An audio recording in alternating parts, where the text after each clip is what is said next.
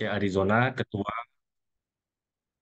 Ketua Pusat Kajian Demokrasi, Konstitusi dan HAM Fakultas Hukum UGM. Selamat datang, selamat bergabung semuanya, para narasumber, rekan-rekan peserta, moderator, reporter, di acara seri diskusi Pandeka. Ini merupakan seri diskusi yang kedua. Seri diskusi pertama kita selenggarakan pada hari Senin lalu membahas pemakzulan presiden. Hari ini kita membicarakan mengenai peta kecurangan pemilu. Jadi diskusi kita hari ini semakin relevan karena sama-sama kemarin kita mendengarkan bagaimana statement Presiden Joko Widodo yang menyampaikan memberikan indikasi akan ikut kampanye dan akan berpihak. Nah, kita itu itu juga menjadi salah satu pintu yang mungkin akan mengarah kepada potensi-potensi kecurangan di dalam pemilu.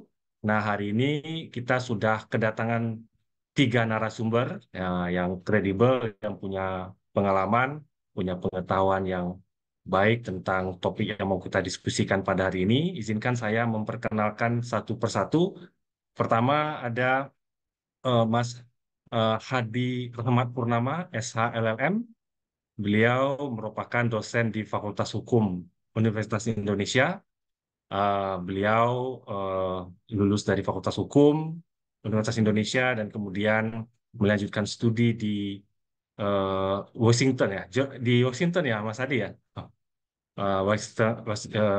Washington School of Law di Amerika Serikat dan sekarang sedang studi PhD-nya di Vrije University di Amsterdam di Belanda. Beliau juga punya banyak pengalaman di pemiluan ini. Pernah jadi panitia pemilu di Amerika waktu studi di sana Ya. dan ketika di Belanda jadi anggota panitia pemilihan luar negeri. Nah, ini waktu itu kebetulan saya dan Mas Adi sama-sama di panitia pemilu luar negeri di waktu di Belanda. Selamat bergabung Mas Adi. Semoga sehat ya. Ter- Terima kasih Mas Yanja. Eh, Berikutnya ada Mbak eh, Maha Arum, Dr. Maha Arum Kusuma Pertiwi, eh, SH MPhil. Mbak Arum udah bergabung ya. Udah Bang. Eh, Makasih Mbak Arum udah bergabung. Mbak Arum Kusuma Pertiwi di Departemen Hukum Tata Negara, Fakultas Hukum UGM, kolega saya di kampus, dan beliau multitalenta nih, banyak pengalamannya. Selain aktif di Demokrasi, Konstitusi, dan HAM, beliau juga Ketua Indonesian Center for Law, ICTL, di Fakultas Hukum UGM. Latar belakang beliau selain sarjana di Fakultas Hukum UGM, sarjana ilmu politik di Visipol UGM, menempuh studi tentang human rights di University of Oslo, Norwegia. Setelah itu menempuh studi doktoral di di Fakultas Hukum UGM sekaligus di Macquarie University di Australia. Dan pembicara kita yang ketiga adalah Ferry Amsari, SH MH-LLM. Bang Ferry udah join, tadi menyampaikan akan telat bergabung. Mungkin belum bergabung. Beliau adalah dosen di Fakultas Hukum Universitas Andalas, eh, menyelesaikan studi di S1 dan S2 di Fakultas Hukum Universitas Andalas, kemudian melanjutkan studi S2 yang kedua di William and Mary School of Law di Amerika Serikat. Selama beberapa tahun beliau merupakan ketua pusat studi konstitusi Pusako di Fakultas Hukum Universitas Andalas dan sekarang merupakan eh, apa namanya membuka kantor hukum namanya Temis Indonesia Law Firm dan membangun inisiatif untuk membuat satu portal ya untuk melaporkan kecurangan pemilu yang namanya kecuranganpemilu.com. Nanti kalau Anda mau lihat silakan, itu juga kita akan diskusikan inisiatif-inisiatif pengawasan seperti itu apa relevansinya dalam konteks pemilu di tahun 2024. Nah, selain itu yang akan membantu acara kita hari ini adalah Aliasir ya. Ini sudah bergabung. Aliasir adalah mahasiswa Magister Ilmu Hukum di Fakultas Hukum UGM. Selain Yasir, nanti akan membantu kita adalah Rahmat Said. Rahmat Said baru selesai menyelesaikan studi Magister Ilmu Hukum di Fakultas Hukum UGM. Keduanya mereka adalah volunteer di Pandeka. Nah, Yasir jadi moderator dan nanti Said akan jadi reporter. Nah, tugas Said nanti akan membuat satu rangkuman singkat dari diskusi kita hari ini dan nanti itu akan kita sirkulasikan, akan kita tampilkan di website Fakultas Hukum UGM dan juga akan kita sirkulasikan ke beberapa jurnalis untuk meliput kegiatan ini. Nah, untuk kegiatan kali ini sebenarnya sudah ada 347 orang yang mendaftar secara online. Nah, sejauh ini baru hadir 54. Jadi kira-kira nanti 200 akan menyusul mudah-mudahan. Itu paling tidak berdasarkan pengalaman kita sebelumnya di atas 100 orang akan peserta dan itu dari berbagai tempat di Indonesia. Dan mudah-mudahan diskusi kita kali ini memberikan pembelajaran yang bersama yang baik untuk kita semua. Selanjutnya akan saya serahkan kepada Yasir yang akan memandu acara kita, menjadi moderator acara kita. Silakan, Yasir. Baik, terima kasih Pak Yance atas sambutan dan pengantarnya. Assalamualaikum warahmatullahi wabarakatuh. Salam sejahtera bagi kita semua. Selamat sore, yang terhormat Pak Yance Arizona. Ah, Selanjutnya yang terhormat para narasumber kita pada siang hari ini pada diskusi ah, dengan tema peta kecurangan pemilu, Bapak Hadi, Ibu Maharum, dan Bapak Ferry Amsari. Eh, Sebelum memasuki diskusi atau pemaparan oleh para narasumber, izinkan saya sebagai moderator akan menyampaikan sedikit catatan yang akan menjadi pengantar kita untuk memasuki atau membahas topik diskusi kita pada siang hari ini tentang peta kecurangan pemilu. Pertama, izinkan saya mengatakan bahwa pemilu merupakan suatu simbol kedaulatan rakyat yang ada di Indonesia. Kalau kita merujuk ke pasal 22E, itu pemilu harus kita laksanakan, harus terlaksana secara luber dan jurdil. Luber jurdil. Jadi, kalau kita memahami dengan konteks demikian, maka demokrasilah atau pemilu yang demokratis merupakan suatu hal yang sangat urgen di dalam pelaksanaannya. Namun alih-alih adanya pemilu yang demokratis, virus-virus kecurangan tidak dapatlah kita hindari. Seperti yang dikatakan oleh Bapak Yance tadi pada awal permulaan, bahwa saat ini, bahkan baru-baru ini, kita mendengarkan statement dari eh, salah satu petinggi pejabat negara kita, orang nomor satu di Indonesia, yakni Bapak Presiden kita sendiri, yang menyatakan cawe-cawe dalam pemilu ini. Nah, untuk mengkaji ini lebih elaboratif, maka kita dengarkan pemaparan daripada ketiga narasumber kita pada hari ini. Pertama, kita menuju ke Bapak Hadi Rahmat Purnama, SH LLM, dan waktu pemaparan dari beliau kita persilakan 15 sampai 20 menit. Kepada Bapak, kami persilakan. Ya, terima kasih atas undangannya gitu ya. Walaupun saya seperti Mas Yance bilang tadi, walaupun saya dosen di Fakultas Hukum UI gitu ya, tapi saya diundang di sini sebagai Assalamualaikum, assalamualaikum. Waalaikumsalam. Tapi saya diundang di sini adalah sebagai peneliti di LP3IS ya. Saya kebetulan baru saja menggantikan koleganya Mas Yance di LP3IS, Mas Herlambang ya, Oh iya, ya. Lupa tadi menyampaikan itu sebagai Mas Edi. sebagai Dalam posisi baru. ya sebagai direktur center dari hukum HAM dan gender di LP3IS. Saya mengucapkan terima kasih berkaitan dengan hal ini ya dalam diskusi ini dan saya pikir ini diskusi yang cukup penting ya apalagi tadi sudah disampaikan oleh Mas Yance dan juga Mas Yasir ya bahwa ya pernyataan dari Presiden uh, Republik Indonesia yang saat ini sedang menjabat yaitu Pak Joko Widodo eh, membuat kita cukup terkejut gitu ya berkaitan dengan hal tersebut. Nah, saya mungkin share screen ya. Nih, saya buat sedikit apa namanya PowerPoint lah ya untuk sama-sama kita apa namanya diskusikan. Oke, kita melihat kecurangan ya di dalam pemilu. Sebelum kita petakan, saya ingin mulai dengan kecurangan pemilu adalah salah satu bentuk dari pelanggaran pemilihan umum itu sendiri.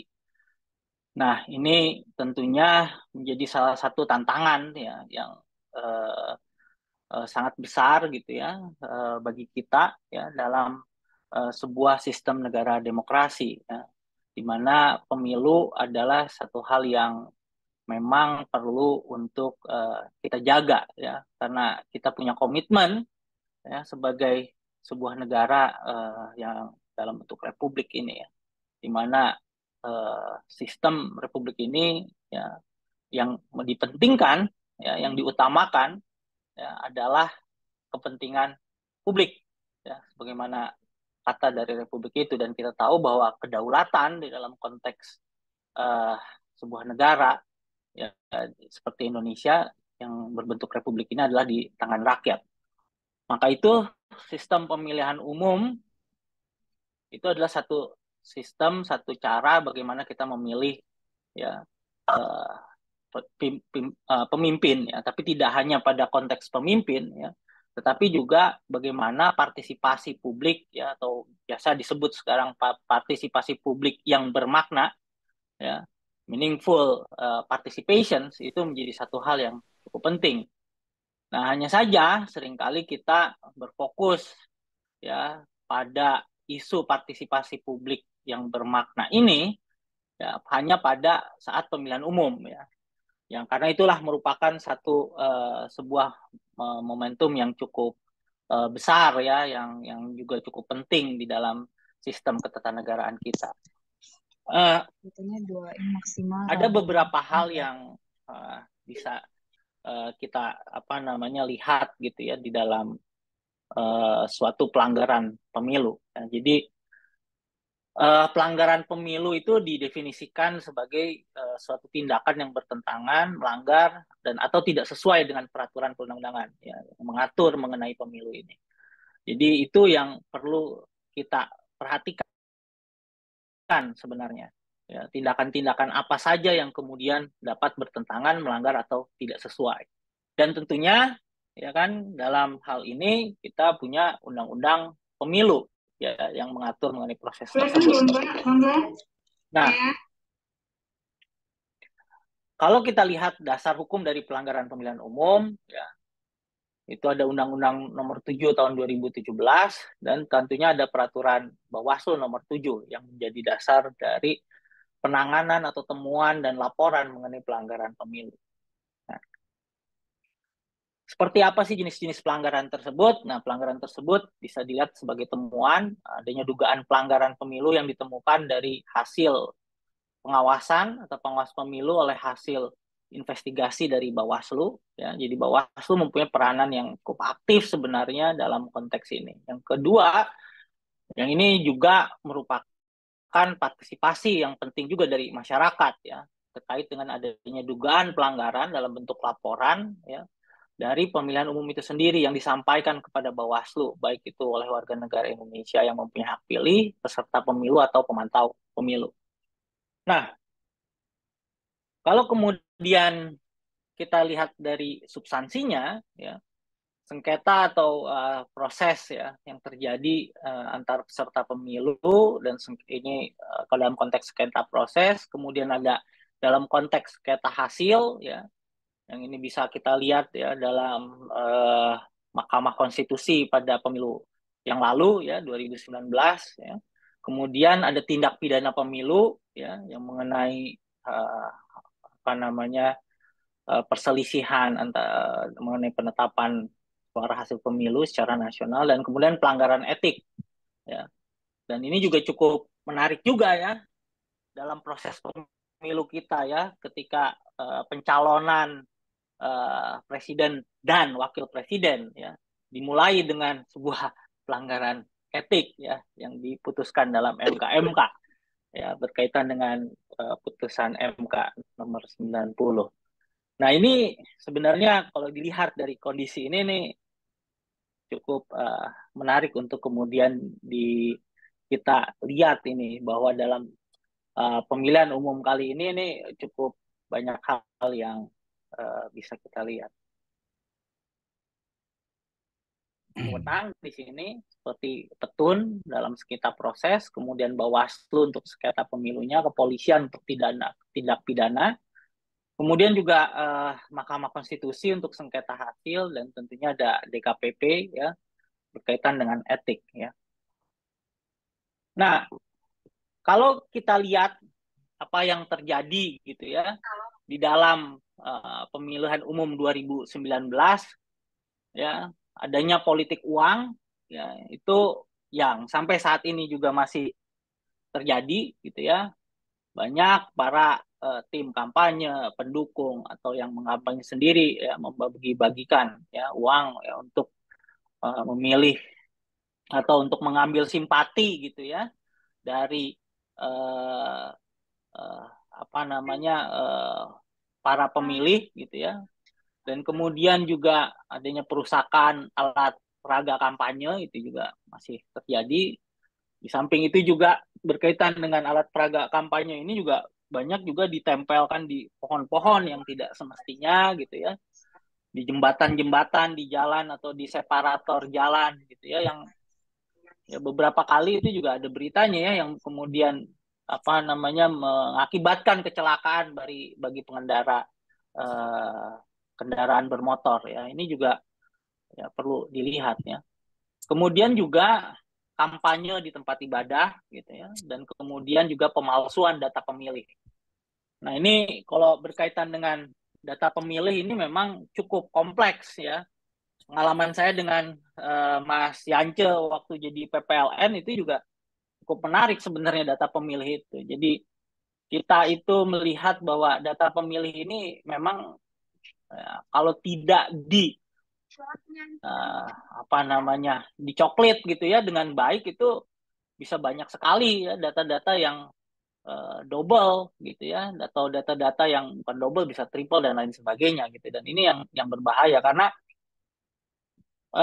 data ini juga bisa digunakan sebagai sebuah alat manipulatif ya di dalam pemilihan umum gitu ya. Dan kalau didasarkan pada pengalaman kita sebagai PPLN ya di luar panitia pemilu luar negeri waktu itu, bahwa data yang diberikan oleh KPU itu ya sangat tidak sesuai dengan kondisi ya. Dan kita juga harus kemudian meng-cross check data-data itu dengan data baik itu dari imigrasi ya, kemudian juga data dari konsuler itu aja di luar negeri. Nah, di sini juga menjadi satu hal yang cukup rentan juga data pemilu ini, terutama terkait dengan data pemilu tambahan ya yang mungkin saja terjadi ya di di tempat di TPU ya di tempat pemilihan ya di mana kita lakukan gitu ya, yang kemudian ini bisa menjadi salah satu isu yang cukup signifikan ya. Apalagi ada yang pindah pemilih dan lain sebagainya, yang kemudian proses administrasinya juga perlu diperhatikan. Nah, kalau dilihat dari potensi pelanggaran pemilu pada 2019 ini, gitu ya, dilihat dari kondisi ya peta politik yang ada gitu ya. Saya bukan ahli dalam ilmu politik, mungkin nanti pembicara yang lain yang memang mempunyai pemahaman yang cukup ya terkait dengan ilmu politik dan bagaimana peta politik yang sekarang ada ini. Nah, ini menjadi salah satu isu gitu ya, bahwa pengerahan ASN misalnya ya di dalam potensi pelanggaran pemilu ini gitu ya. Ada beberapa berita di mana kita lihat bahwa kepala desa ya yang kemudian ya, diminta pada warganya untuk memilih ya, calon-calon tertentu yang kemudian juga itu menjadi satu isu tersendiri. Dan bagaimana kemudian memang seperti pernah saya juga ikut diskusi ya dengan di tempat lain gitu ya, berkaitan dengan isu pemilu ini ya, bagaimana kemudian peta politik Indonesia yang mengarah kepada oligarki gitu ya, yang kemudian apa namanya, di mana kita tidak lagi bisa membedakan ini mana ya kan para pelaku usaha gitu kan, dan juga para penguasa gitu ya, karena oligarki itu di mana kalau menurut Jeffrey Winters adalah bagaimana sekelompok kecil orang yang ingin mempertahankan kekayaannya melalui kekuasaan kan gitu. Nah, itu hal yang perlu untuk dilihat karena kemudian kita lihat bahwa keberpihakan ya yang seharusnya seperti ASN ya, baik apakah itu TNI, Polri dan juga aparatur sipil negara ini juga harus mempunyai ya kan posisi yang netral gitu ya. Kita memang tidak mengindahkan bahwa mereka pasti secara pribadi punya kecenderungan tertentu, tetapi tentunya gitu ya dalam hal di jabatannya atau statusnya mereka harus memposisikan diri sebagai uh, uh, apa namanya posisi yang netral kan gitu. Kemudian juga pemalsuan surat suara ya. Ini juga yang perlu benar-benar dilihat gitu ya dalam kemungkinan pelanggaran pemilu itu sendiri gitu ya. Kalau memang posisinya memang tidak terlalu banyak ya kan, kemungkinan hal tersebut mungkin sangat kecil. Tapi kalau misalnya uh, apa namanya dalam satu tempat itu cukup banyak pemilih ya, itu juga menjadi salah satu hal yang rentan ya untuk adanya itu. Kemudian manipulasi hasil pemungutan suara. Nah, ini sempat dalam beberapa diskusi kita ya di LP3S dan juga di dalam beberapa apa namanya diskusi lain ya berkaitan dengan isu pemilu ini sangat mungkin terjadi gitu ya. Saya pernah berdiskusi dengan Mas EF Saiful Fatah gitu ya. Beliau sempat kemudian memetakan berkaitan dengan manipulasi hasil pemungutan suara ini menjadi satu hal yang sangat rentan gitu ya, karena apa proses bagaimana hasil pemilu misalnya dari tingkat apa namanya desa, kelurahan, kecamatan dan seterusnya sampai tingkat pusat itu seringkali menjadi satu hal yang bisa dimanipulasi ya, terutama dengan suaranya ya. Dan ada beberapa hal yang cukup harus diperhatikan gitu ya, dan ini juga harus diperkuat ya terkait dengan pengawasan itu sendiri. Ya, pengawasan yang dilakukan ya tidak hanya oleh warga negara atau pemantau pemilu gitu ya ataupun Bawaslu, tapi juga oleh partai-partai itu sendiri. Ya, karena ini rentan nih, terutama formulir C1. Ya, karena seperti mungkin nanti kan ada aplikasi sistem ya yang digunakan ya di dalam hal bisa memotret C1 yang kemudian mempunyai semacam air mark gitu ya, yang bisa dianggap sebagai bukti yang sah di pengadilan gitu ya. Jadi tidak hanya foto biasa. Nah, itu yang perlu untuk diperhatikan. Kemudian juga black campaign ya seperti fitnah gitu ya. Dalam pemilu 2000 apa namanya 19 gitu ya. Itu sangat apa namanya sangat-sangat kelihatan sekali gitu ya, terutama dengan politik identitas yang digunakan oleh uh, apa namanya kandidat tertentu gitu ya di dalam hal apa meraih suara gitu ya. Dan ini tidak lepas juga dari media sosial yang ada gitu ya. Bagaimana kita ya tidak banyak masyarakat yang kemudian bisa membedakan antara informasi yang benar gitu dan hoax gitu ya. Nah, ini yang kemudian menjadi satu potensi ya dari kecurangan itu, dan bagaimana seharusnya media sosial itu juga digunakan ya di dalam kampanye pemilihan umum. Nah,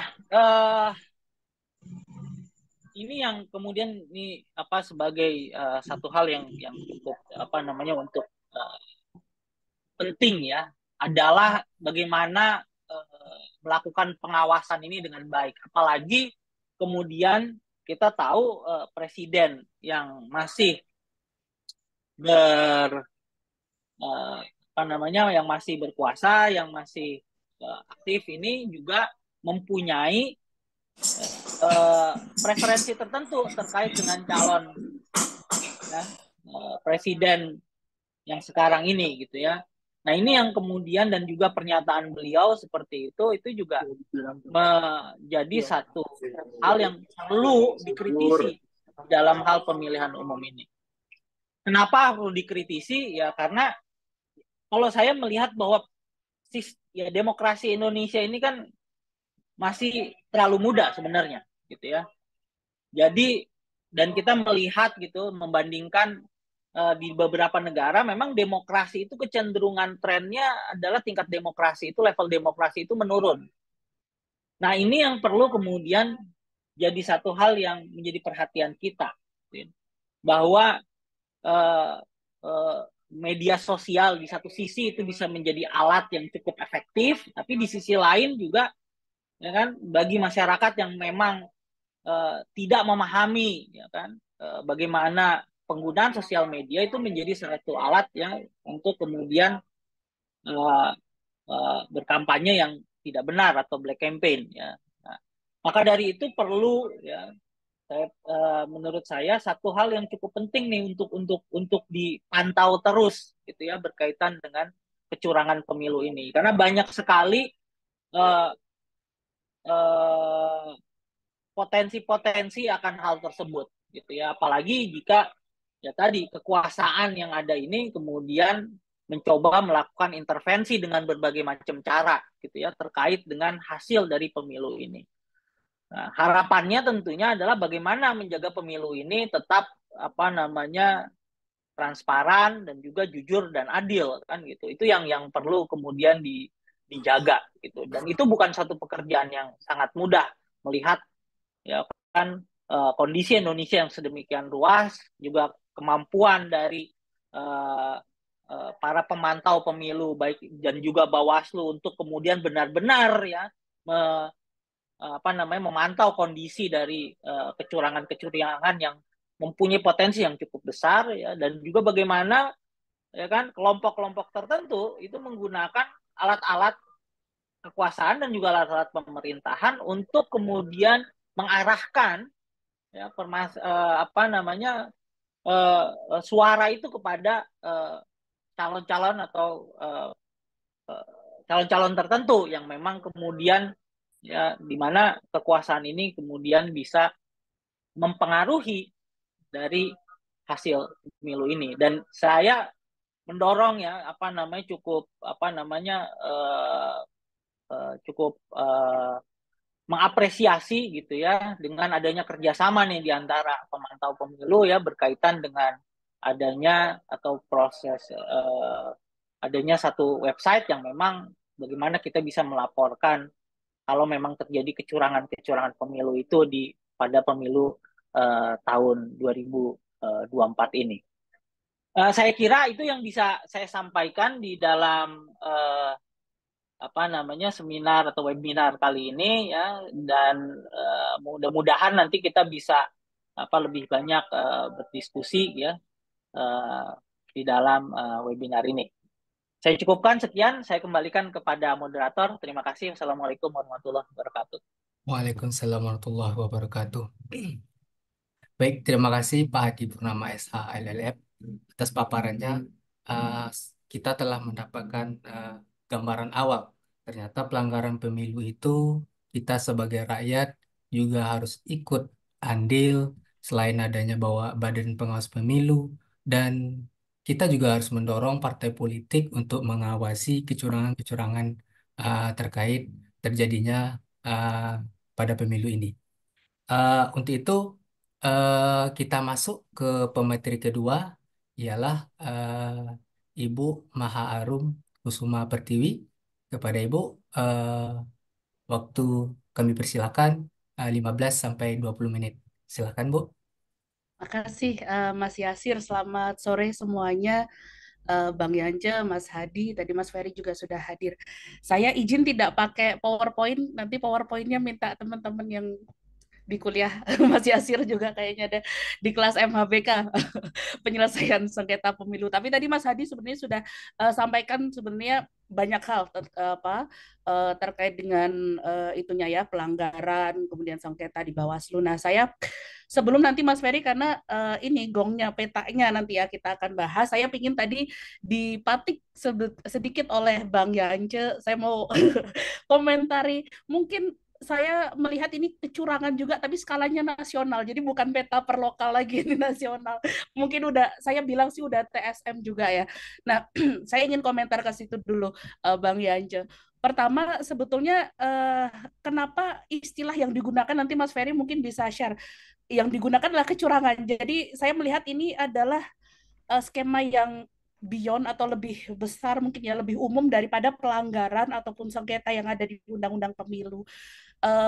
Levelnya ya tadi saya bilang TSM terstruktur karena melibatkan bukan hanya ya penyelenggara bisa nanti dibuktikan pejabat negara termasuk di situ kemarin putusan MK gitu ya presiden cawe-cawe kemudian apa namanya masif karena skala nasional sistematis karena sangat apa ya didesain sekali ya mulai dari kandidasi sampai kampanye kita nggak tahu nanti di hari H pencoblosan sampai juga perhitungan. Nah pertama tentang kandidasi dulu nih ya. Saya sebenarnya agak takut ngomong karena ASN harus netral yang boleh cawe-cawe hanya presiden gitu. Saya takut agak takut juga tapi saya coba tone-nya karena apa namanya agar tidak menyalahi status saya sebagai ASN. Pertama, masalah kandidasi. Jadi saya saya saya kecewa dengan MK gitu ya.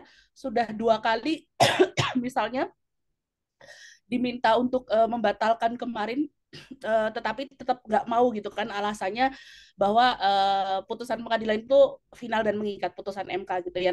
Tapi saya melihat bahwa sebetulnya ini nanti bisa menjadi alasan minta PSU ke MK dengan diskualifikasi. Karena sebetulnya MK memutus beberapa kali diskualifikasi meskipun itu bukan kewenangan dia gitu ya. Kemarin kasus pilkada itu kan banyak saburai jua, kemudian beberapa daerah di mana di Papua ada 3 kalau nggak salah ada bimbingan saya yang nulis tesis tentang itu. Nah, saya pikir sebetulnya MK itu bisa dan harus melakukan judicial activism di perkara ini untuk bahasa saya mengutip MK ini untuk menangani suatu intolerable injustice karena justru ini saya melihat sebagai intolerable injustice bukan kalau kemarin MK bilang bahwa usia itu di putusan yang pertama yang kontroversial itu usia itu harus apa ditambahi klausa pernah menjabat karena itu intolerable injustice. Nah, bagi saya justru sekarang ini yang intolerable injustice kenapa? Karena sudah terbukti di MK-MK juga gitu ya. Jadi sebetulnya nanti kalau ya saya ngojo-ojoi aja lah silahkan siapa nanti yang mau mengajukan itu mintanya diskualifikasi dan PSU tanpa melibatkan calon yang itu tadi apa namanya yang bermasalah. Nah, kenapa? Karena tadi saya juga baru ngecek KPU kan waktu itu bilangnya mau merevisi ini ya peraturan KPU tentang syarat usia itu kan. Nah, menariknya waktu saya lihat sudah ada memang per KPU 2323 tanggalnya 3 November. Di situ dia merevisi sesuai dengan putusan MK. Tetapi menariknya di per KPU itu kalau kita lihat ternyata dia bilang berlaku sejak tanggal diundangkan. Nah, diundangkannya kan tanggal 3 November sementara paslon Gibran Prabowo Gibran itu mendaftar tanggal 20 Oktober. Artinya sebetulnya pada saat dia mendaftar per KPU-nya belum berlaku. Jadi ini kan bisa menjadi salah satu apa namanya alasan juga untuk melihat bahwa dia itu tidak sesuai aturan untuk pada saat mendaftar ya sehingga bisa dimintakan untuk diskualifikasi di MK nantinya waktu perselisihan tentang hasil. Itu yang pertama. Kedua, yang tadi Bang Yanja singgung tentang presiden boleh memihak dan boleh kampanye tadi ya. Nah, secara generalnya begini, sesuatu yang tidak dilarang itu bukan berarti boleh. ketika sesuatu tidak dilarang itu legally speaking begitu, tetapi kita harus melihat etikanya bagaimana, gitu kan. Makanya tadi saya bilang saya sendiri sebagai ASN juga harus hati-hati. Saya secara objektif melihat memang ini bermasalah, tapi saya tidak boleh kemudian kalau bahasanya presiden tadi memihak gitu ya, atau ikut kampanye jelas tidak. Nah, bagi saya ini isunya mirip sebetulnya dengan kemarin ada ajudan yang menempel atau melekat gitu ya, bahasanya dia datang ikut di debat tapi karena dia melekat jadi nggak ikut gitu kan, tapi atribusi seragam bajunya sama dengan tim ses. Nah ini kan agak susah ya kalau presiden bilang oke saya cuti, tapi kan kita tahu dia presiden gitu kan, apalagi bagi-bagi bansos bersama ibu negara gitu kan, emang menteri sosialnya kemana gitu, kok nggak menteri aja gitu kan, itu kan udah sangat obvious kita susah untuk melepaskan jaket pejabat gitu ya. Nah, menariknya kalau kita lihat Perpres 53 2023 kemarin tentang yang setingkat menteri, bupati, wali kota itu tidak perlu mengundurkan diri tapi cuti aja boleh gitu. Nah, ini bagi saya juga bermasalah. Kenapa? Karena yang pejabat atas seperti itu dia tidak usah mengundurkan diri tapi cuti, tapi kemudian yang ASN, TNI, polisi, karyawan, pejabat BUMN itu harus mengundurkan diri. Nah ini kan kayak yang orang elitnya malah diberi wadah gitu untuk menyalahgunakan kekuasaan, tapi yang di bawah malah nggak boleh. Nah ini kan bagi saya logikanya agak kebalik ya, dan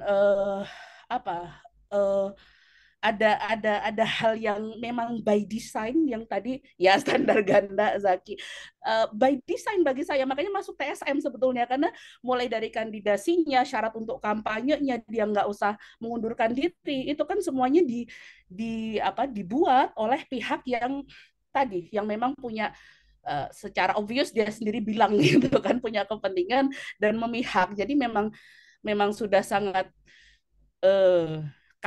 kasat mata, sudah di depan mata gitu ya. Jadi nggak mungkin kita nggak mempermasalahkan ini. Kemudian itu di level nasionalnya, di level lokal mungkin nanti Mas Ferry share petanya. Saya juga tadi sudah sempat lihat, sebenarnya masih sedikit. Dan saya sangat encourage teman-teman kita semua juga kalau melihat itu, ayo kita laporkan gitu kan. Kemarin yang sempat rame deklarasi yang asosiasi kepala desa gitu ya. Nah, peran kepala desa ini juga gila ya. Jadi kalau saya mengikuti pemilu yang kemarin, termasuk pilkada, itu kan banyak modus-modusnya yang kemudian dilakukan atau terafiliasinya dengan perangkat desa, dengan kepala desa gitu kan. Jadi memang ketika asosiasi kepala desanya saja sudah sided gitu ya, sudah merujuk pada satu paslon tertentu, itu kan juga sangat rawan gitu. Nah, kemudian intimidasi aparat, kasus Boyolali misalnya, saya sebetulnya kalau Boyolali tuh lihat gini, itu kan tentara ya, jadi saya nggak tahu, tentara itu bayangan saya adalah tugas pertahanan. Kemudian orang yang dikeroyok itu kan dia kampanye ya, jadi apakah itu fungsi pertahanan negara gitu? Apakah menurut saya too much, harusnya tentara tidak cawe-cawe ke hal seperti itu. Ya kalau memang dia dirasa berisik waktu pakai motor waktu kampanye, ya bukan tentara dan bukan dikeroyok juga gitu kan. Nah ini bagi saya belum lagi elit-elit tentaranya ya yang bilang apa gitu kan. Jadi bagi saya ini di level daerah itu bisa sangat mengintimidasi para pemilih nantinya, dan itu termasuk kerawanan. Nah, sebelum ke peta Mas Ferry, sebetulnya Bawaslu juga sudah membuat indeks kerawanan pemilu tahun ini. Sudah bisa di-download, teman-teman bisa Google, dan di situ ada indikator yang bisa kita lihat untuk juga ikut melaporkan nantinya gitu ya. Jadi di sana ada indikator misalnya tentang dimensi konteks sosial politiknya, penyelenggaraannya, kontestasinya maupun partisipasinya. Jadi ada turunannya nanti bentuk-bentuknya seperti apa. Misalnya ada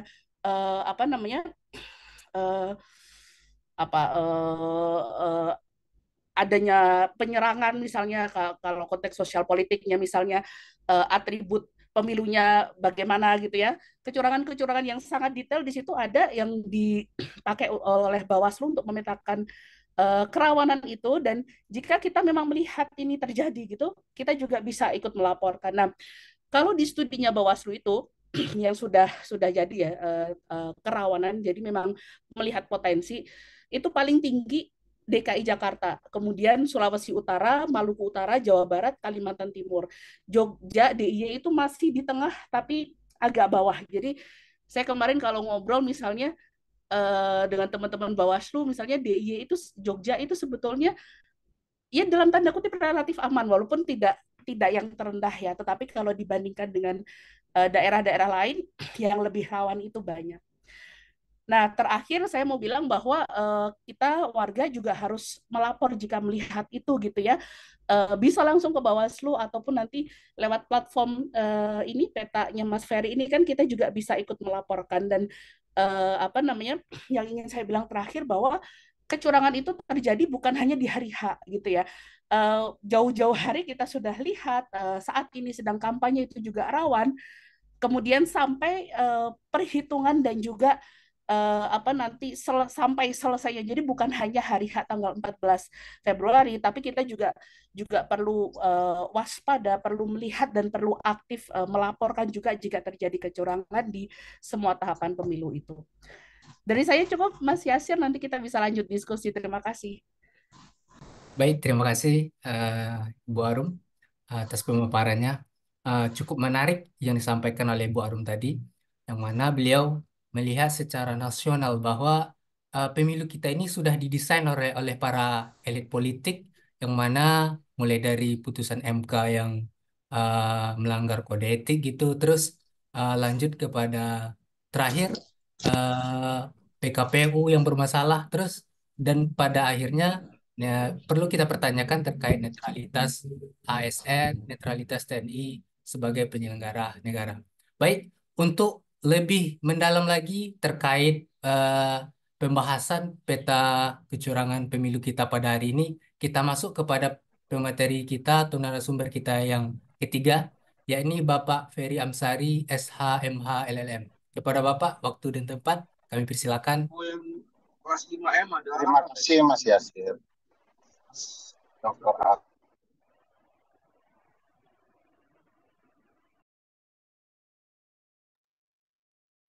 Maaf, Pak. Halo. Ya, udah Halo, sudah dengar ya? Assalamualaikum warahmatullahi wabarakatuh. Yang saya hormati Dr. Arum, Mas Hadi, Mas Yance, teman-teman semua. Terima kasih diajak berdiskusi. Mas Hadi tadi sudah mengantarkan kita semua, dan sepertinya pembicara semua berbicara pentingnya kita melihat ini. Kecurangan pemilu tadi juga sudah disinggung, terjadi jauh sebelum hari H, dan upaya menyelamatkan pemilu menjadi sangat penting, dan tidak bisa kita biarkan dan bergerak hanya satu kelompok. Ini betul-betul harus dijaga oleh berbagai pihak. Soal kecurangan terjadi jauh hari, contohnya adalah kecurangan dalam verifikasi partai politik. Kalau teman-teman coba menelusuri laporan soal kecurangan partai politik dalam verifikasi yang melibatkan penyelenggara pemilu, yaitu KPU, Bawaslu, bahkan di titik tertentu dugaan kami juga melibatkan DKPP. Maka mungkin teman-teman mengetahui bahwa kecurangan dengan melibatkan penyelenggara itu sangat luar biasa ya, merusak tatanan sedari awal. Kalau diingat alat bukti kami yang ada di Dewan Kehormatan Penyelenggara Pemilu itu cukup banyak ya, ada 38 alat bukti. Di antaranya itu ada suara KPU RI berpidato untuk melakukan kecurangan di seluruh wilayah Indonesia, dan penyelenggara pemilu di daerah harus mengikuti perintah itu, kalau tidak ancamannya masuk rumah sakit gitu ya. Walaupun kemudian diklarifikasi oleh KPU bahwa pernyataan ancaman berupa kalau tidak mematuhi akan masuk rumah sakit itu adalah bercanda ya. Mungkin bercanda bisa juga seperti teman-teman UGM populerkan. Jadi tindakannya sudah bagi saya di titik tertentu juga sangat brutal, mengancam gitu ya. Dan itu melibatkan penyelenggara KPU RI hingga tingkat bawah. Di antara bukti-bukti itu ada juga rekaman berupa perintah dan meyakinkan para penyelenggara pemilu di daerah untuk mengikuti perintah itu, dikarenakan menurut KPU RI tidak hanya KPU yang akan melakukan kecurangan itu, tetapi juga akan melibatkan Bawaslu dan DKPP. Alat bukti ini tidak hanya berupa video, rekaman suara, screenshot pembicaraan di grup medsos tertentu, tetapi juga alat bukti terdokumentasi. Nah, begitu diajukan ke DKPP tidak mau memperlihatkan alat bukti itu di hadapan persidangan yang terbuka dan dibuka untuk umum. Di satu sisi kita sudah bisa merasakan ada indikasi yang beraroma melibatkan berbagai lembaga untuk melakukan kecurangan. Hal yang sama juga terjadi ketika masyarakat sipil mendatangi Komisi 2 untuk menjelaskan bukti-bukti kecurangan yang melibatkan penyelenggara pemilu dalam konteks itu. Begitu ditampilkan screenshot ya, tangkapan layar dari perbincangan KPU RI dan KPU daerah untuk melakukan kecurangan, maka Komisi 2 juga menutup persidangan dan mengusir teman-teman wartawan dari ruangan. Di titik itu kami yakin bahwa kecurangan sedang akan berlangsung sangat-sangat besar, dan itu hanya tahapan katakanlah tahapan awal sebelum tahapan lain mereka gerogoti. Oleh karena itu kita berpikir jangan-jangan nanti semua sudah direkayasa sedemikian rupa, dan kita sadari tiba-tiba anak presiden bisa ikut pemilu menjadi calon wakil presiden gitu ya, sesuatu yang tidak diatur di dalam undang-undang. Jadi ibarat pertandingan ini, peraturan itu diubah di tengah jalan, lalu kita disuruh menonton perubahan peraturan dalam permainan ketika tahapan sedang berlangsung. Jadi ya bagi saya memang banyak kejanggalan. Lalu apa yang harus dilakukan? Yang kita pikirkan adalah bagaimana melakukan upaya pembuktian bahwa kecurangan ini berlangsung luar biasa. Sementara masalahnya begini, di Mahkamah Konstitusi itu sendiri, kalau kita mengandalkan apa yang sudah dilakukan, memang agak kesulitan publik membuktikan di MK. Misalnya alat bukti kertasnya berkontainer-kontainer. Siapa yang membaca lengkap alat bukti itu? Saya tidak yakin 9 hakim akan membacanya secara detail dan baik dalam alat bukti yang sangat masif. Lalu kalau kita bicara membuktikan kecurangan yang masif, sementara saksi kita hanya diberikan batasan 10 orang gitu ya, sementara provinsi sudah 38. Bagaimana membuktikan masifnya kecurangan dengan pembatasan-pembatasan itu? Lalu terpikirlah oleh kami bersama untuk menyederhanakan pola pembuktian dengan upaya memperlihatkan betapa masifnya kecurangan itu terjadi di seluruh wilayah Indonesia. Nah, kuncinya di sana, bagaimana membuktikan kecurangan di seluruh wilayah Indonesia. Yang ada di pikiran kita waktu itu adalah bagaimana kalau peta yang ada bisa bicara soal kecurangan-kecurangan yang muncul di setiap daerah. Misalnya, Bung Yanci Arizona melaporkan ada kecurangan di Yogyakarta. Maka ketika dia melaporkan kepada platform kami, dengan sendirinya kalau alat buktinya memenuhi standar yang kami tentukan, maka tim verifikator akan mengesahkan alat bukti itu. Dengan sendirinya dia akan muncul di peta Yogyakarta, satu kecurangan. Kalau Dr. Arum juga melaporkan 2 kecurangan. Kalau Bung Yasir melaporkan 3 kecurangan. Begitu seterusnya di setiap provinsi yang kami terima laporannya. Sehingga seluruh kecurangan bisa terdeteksi di dalam peta kecurangan tersebut. Hanya kami sadar betul bahwa melawan rezim yang berencana melakukan kecurangan pemilu tidak akan mudah. Hasil tes yang dibantu oleh teman-teman menunjukkan kalau platform kami diserang 4 juta per detik, kolaps dia, hancur dia. Nah, bagaimana menghadapi rezim yang bermasalah seperti ini dengan potensi serangan-serangan di dunia maya yang sangat mungkin terjadi? Ya kami ngakalin gitu ya, mencari cara. Nah, sederhananya saya tidak bisa sampaikan semua, bahwa seluruh kecurangan yang diberikan oleh publik akan kami simpan dan akan ditempatkan dalam bentuk platform manual sehingga orang juga tidak bisa menyerang dasar-dasar atau alat bukti penting terkait laporan itu. Jadi selain yang tampil di online, kami juga melakukan pendataan manual dari laporan-laporan yang ada setiap hari. Nah, ini untuk supaya teman-teman yakin ya bahwa kita bisa lakukan bersama-sama menghadapi kecurangan yang masif ini.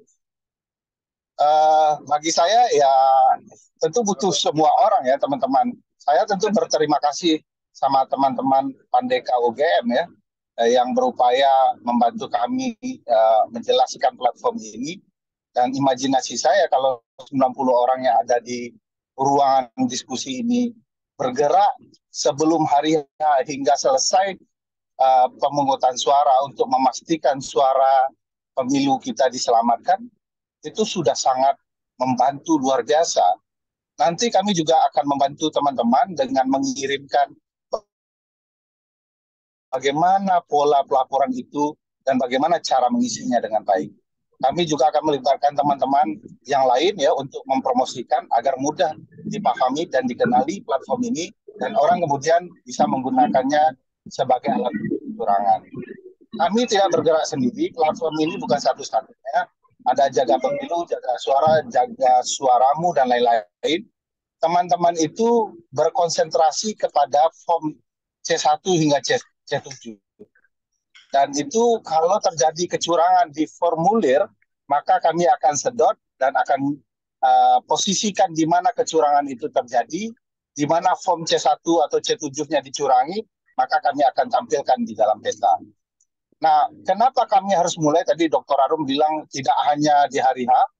Kami sepakat, kami mulai dari jauh hari untuk mengumpulkan alat bukti itu dan akan menampilkan dalam waktu dekat alat bukti yang sudah kami kumpulkan jauh-jauh hari. Kami percaya bahwa sebagaimana layaknya kejahatan pemilu juga berkembang. Jadi sasarannya sekarang tidak lagi mencurangi form C1, form hasil. Kenapa? Kalau mencurangi form C1, C hasil gitu ya, misalnya 15 suara ditambah aja nolnya jadi 150 ya, itu akan sulit mereka lakukan kalau di depan orang banyak gitu ya. Jadi tingkat upaya mencuranginya tidak akan mungkin di TPS, kurang lebih begitu. Nanti sebelum TPS ada penyelundupan kertas suara atau penghitungan di kecamatan dan lain-lain. Tapi kurang lebih masing-masing pihak punya saksi. Nah, bagaimana dengan kecurangan sebelum penentuan hari H? Misalnya pemilih yang ditekan, dipersekusi gitu ya, ancaman dari pihak-pihak tertentu, money politik. Kalau mereka datang ke TPS lalu memilih berdasarkan ancaman-ancaman kecurangan itu, maka yang terlihat di form C1 adalah angka yang normal, hasil yang biasa saja ya. Bagaimana membuktikan bahwa terjadi kecurangan mengubah hasil? Padahal orang dipaksa, orang disogok, orang disuap, dan lain-lain, kalau kemudian datanya normal saja. Jadi sulit membuktikan kecurangan. Oleh karena itu, kita berupaya, kalau ada masyarakat yang ditawarkan politik uang, mereka videokan, pastikan lokasinya di mana, siapa pelaku yang memberikan suapnya. Tidak harus masyarakat menempatkan dirinya, karena tentu ancamannya akan datang ke pelapor. Oleh karena itu kita tidak harus meminta pelapor mencantumkan identitas dirinya di dalam video atau foto yang mereka akan laporkan. Cukup siapa pelakunya, bagaimana mereka melakukan, di wilayah dapil mana mereka melakukan itu, dan bagaimana cara mereka melakukan. Nah, itu dikirimkan, nanti verifikator kami akan menilai, membantu para pelapor semua untuk memastikan kecurangan itu bisa menjadi alat bukti yang baik. Jadi memang kejahatan pemilu kita pasti akan berkembang, apalagi melibatkan berbagai aparat. Saya dan teman-teman telah melakukan penelitian dan melaunching penelitian itu. Saya pikir Riance juga sudah melihat-lihat, membaca itu, dan itu menjelaskan bagaimana sebenarnya kecurangan bisa terjadi dalam bentuk berbagai cara. Salah satunya dalam menentukan penjabat kepala daerah yang berkaitan dengan peran dan keterlibatan kepala desa dalam mendukung calon tertentu. Kita ketahuilah bahwa di Undang-Undang Desa kan ada ancaman bagi kepala desa yang mendeklarasikan calon tertentu. Sanksinya itu akan diberikan oleh kepala daerah. Sayangnya kepala daerah sudah berpihak kepada calon tertentu. Nah, ini jadi problematika bagaimana mereka mengatur sedemikian rupa sistem kecurangan itu berlangsung, yang melibatkan aparat pemerintahan sebagai bukti terstrukturnya kecurangan itu. Nah, kalau kita lihat dari jumlah penjabat kepala daerah yang ditempatkan oleh Pak Presiden Jokowi melalui Menteri Dalam Negeri, ada saat ini 198 penjabat gubernur, bupati, dan wali kota, targetnya 271 ya.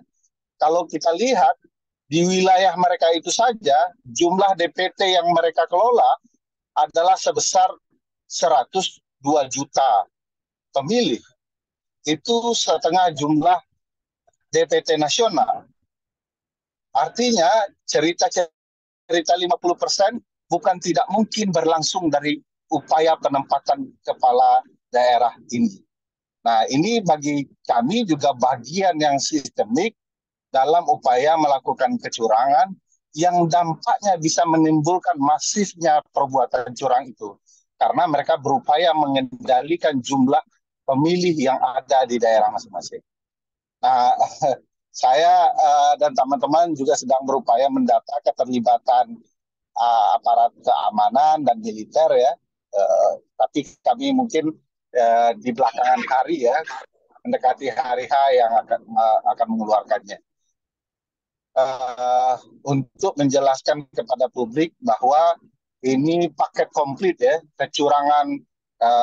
Barusan senior saya mengatakan ini tidak hanya sekedar perfect crime ya, ini absolute crime. Jadi mereka betul-betul berupaya sungguh-sungguh membuat kecurangan ini sebagai alat legitimasi untuk menempatkan putra presiden menjadi orang nomor 2 dan menjadikan laku pelanggaran HAM sebagai orang nomor 1 di Republik ini. Saya pikir itu dulu pancingannya sebelum diskusi Pandeka UGM ini dibubarkan. Terima kasih. Assalamualaikum.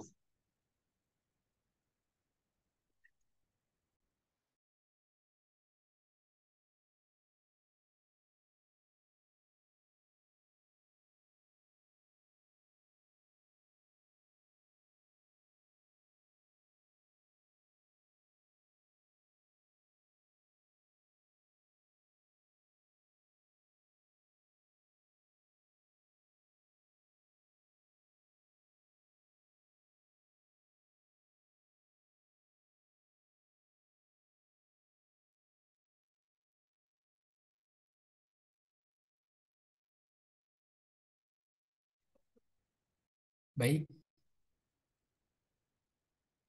kita keluar Zoom. Apa suara saya kedengaran? Sudah, Mas. Kedengaran, silakan lanjut Mas Yasir.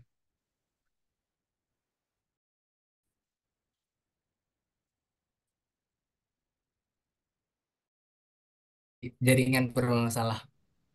Baik,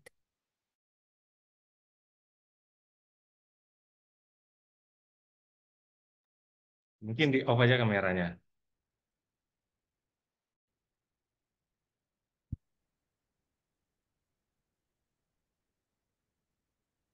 baik, baik. Terima kasih Pak Ferry atas pemaparan yang cukup menarik. Ternyata kalau kita dengarkan pemaparan dari ketiga pemateri tadi, ternyata kecurangan-kecurangan atau peta kecurangan pemilu ini eh, cukup luar biasa terjadi di Indonesia, yang mana kalau dalam bahasanya tadi telah terstruktur atau dalam konteks kecurangan pemilu itu sudah memasuki konteks TSM, terstruktur, sistematis, dan masif. Nah, problemnya di sini ialah yang perlu kita sebagai masyarakat eh, wanti-wanti supaya kecurangan tadi bisa kita hindari. Kita sama-sama masyarakat bisa mengakses platform kecurangan pemilu.com yang dipaparkan atau yang ditampilkan oleh Bapak Hadi Purnama tadi. Baik, uh, setelah pemaparan dari ketiga pemateri tadi, kita masuk ke sesi selanjutnya, yaitu sesi tanya jawab kepada para uh, peserta diskusi yang ingin bertanya. Silakan raise hand. Ya, kami tampung dulu tiga penanya. Pertama, Bapak Arif. Yang kedua, uh, Mas Muhammad Wasil. Dan ketiga, Bapak Mali Royan. Oke, silakan. Baik. Assalamualaikum warahmatullahi wabarakatuh. Apakah suara saya terdengar? Apakah suara saya terdengar? Saya dengar, Mas. Baik, terima kasih. Saya ingin bertanya kepada Ibu Arum dan Pak Yanse terkait dengan etik. Apakah ada sanksi etik ketika Presiden Republik Indonesia mengatakan bahwa Presiden boleh berkampanye seperti itu? Karena saya melihat dari berita Pak Yanse begitu viral yang mengkritisi Presiden seperti itu. Karena saya tidak begitu paham mengenai etik, apakah ada sanksi etik ketika Presiden mengatakan bahwa Presiden boleh berkampanye di saat masa dinasnya Pak Presiden seperti itu. Terima kasih. Assalamualaikum warahmatullahi wabarakatuh. Waalaikumsalam warahmatullahi wabarakatuh. Terima kasih, Bapak. Kita masuk kepada penanya kedua, yaitu Mas Muhammad Wasil. Silakan. Assalamualaikum warahmatullahi wabarakatuh. Apakah suara saya kedengaran dengan jelas? Ya.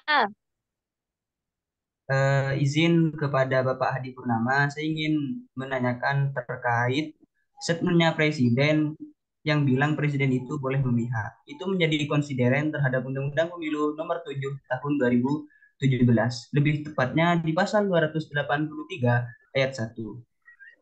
Disebutkan pejabat negara, pejabat struktural, dan pejabat fungsional serta ASN dilarang mengadakan keberpihakan terhadap peserta pemilu sebelum, selama, dan sudah masa kampanye. Lalu bagaimana dalam pertanyaan saya, lalu bagaimana dalam perspektif hukum secara empiris terhadap statementnya Presiden yang seperti itu? Terima kasih. Oke, terima kasih Mas Wasil. Selanjutnya kita masuk kepada Mas Malik Royan. Silakan, Mas. Assalamualaikum warahmatullahi wabarakatuh. Apakah suara saya terdengar dengan jelas? ya terdengar dengan jelas.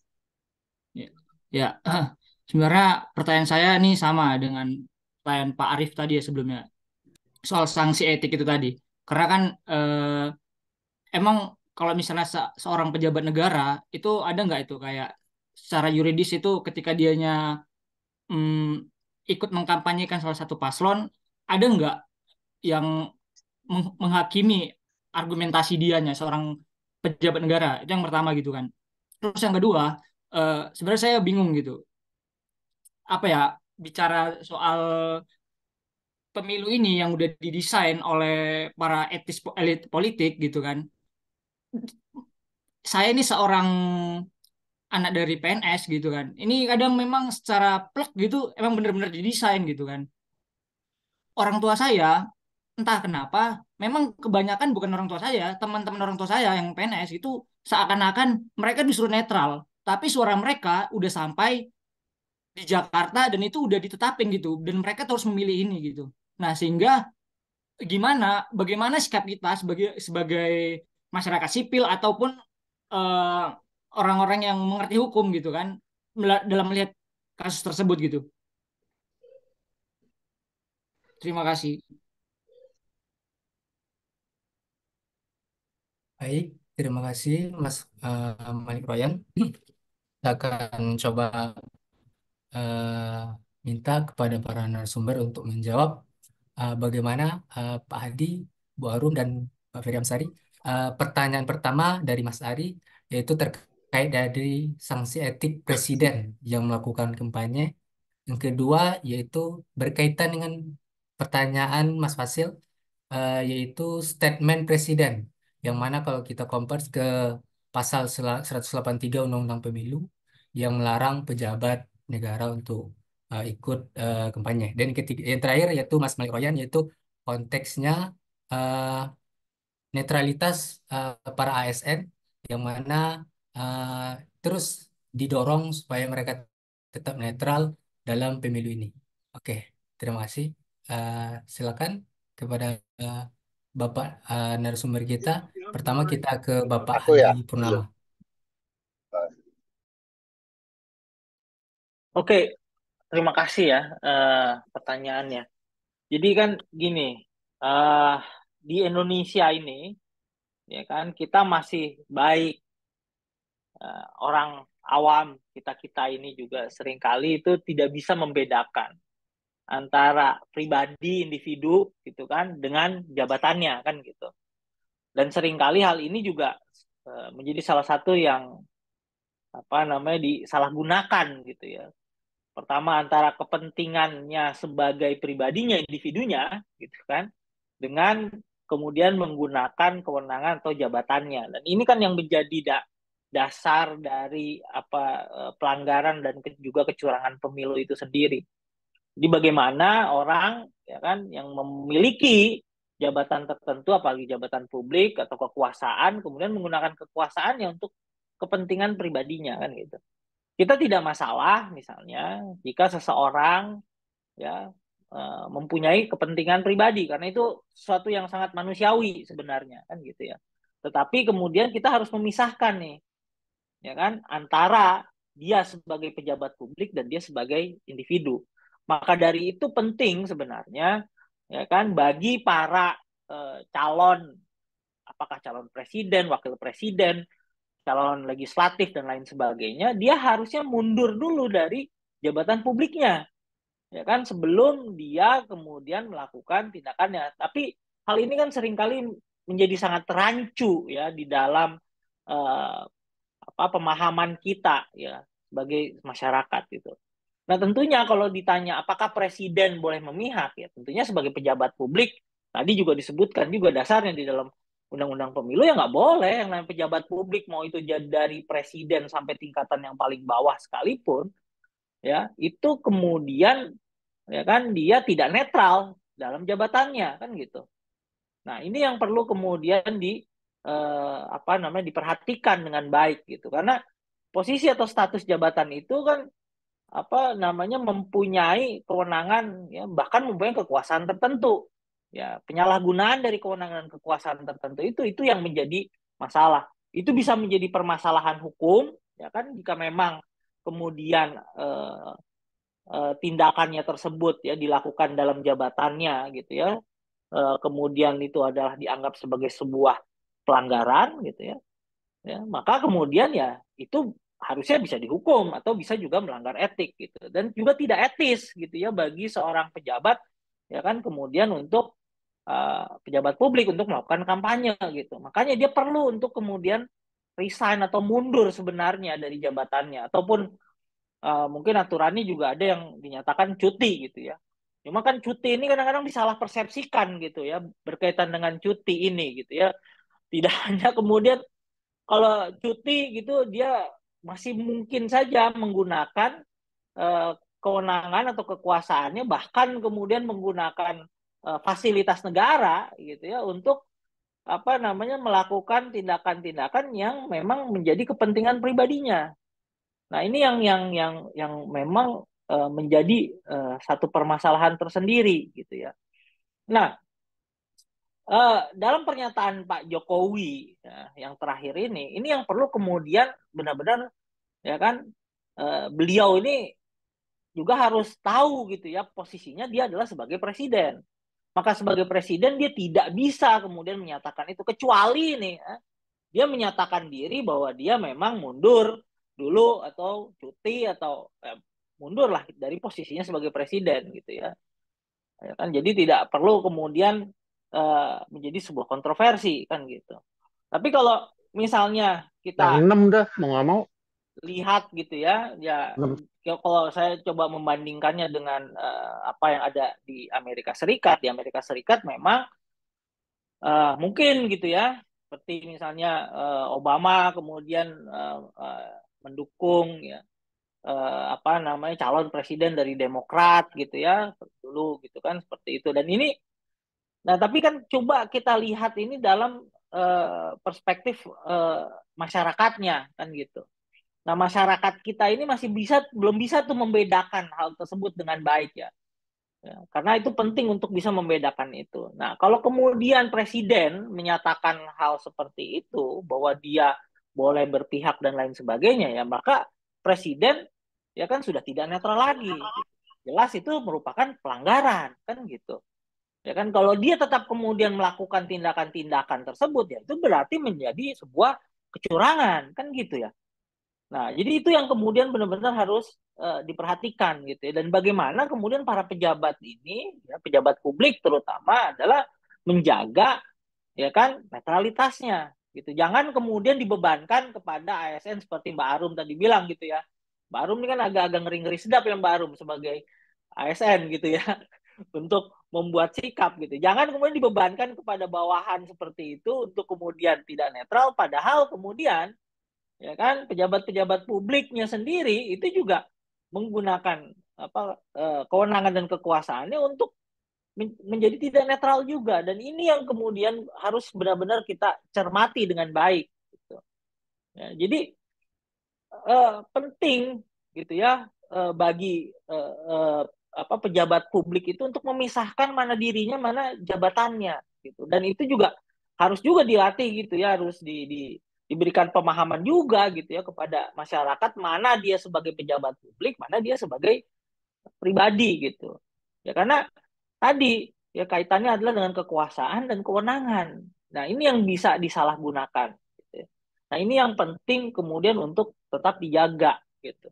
Nah, hanya saja nih ya kondisi sekarang ini kan indikasinya tidak bisa itu dibedakan gitu ya seperti itu ya. Seperti misalnya kalau dia menteri mau jadi calon presiden ya dia mundur lah dari posisi menterinya.